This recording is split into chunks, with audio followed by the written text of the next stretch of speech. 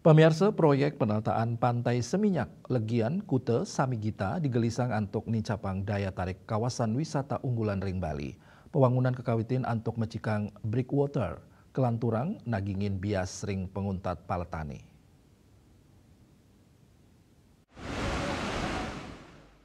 Penataan kawasan pantai sampun kekawitin dawek tengahing Januari warsani mangkin oleh Balai Wilayah Sungai BWS Bali Penida ngelintangin PPK Sungai Pantai 1. Ring proyek inucap karencanayang pembangunan ring 4 breakwater baru sane kasiagayang ring Bandara Gusti Ngurah Rai kantos Setra Asem Celagi Pantai Kuta raris kelanturang antuk nakingin bias lantang 5 km kantos ring Pantai Legian miwah Seminyak. Karencanayang tinas ring bulan Oktober sane cakirau. Proyek punikin lasang prebeo kantos lung benang miliar sane karencanayang puput ring bulan November kali tali 6 likur.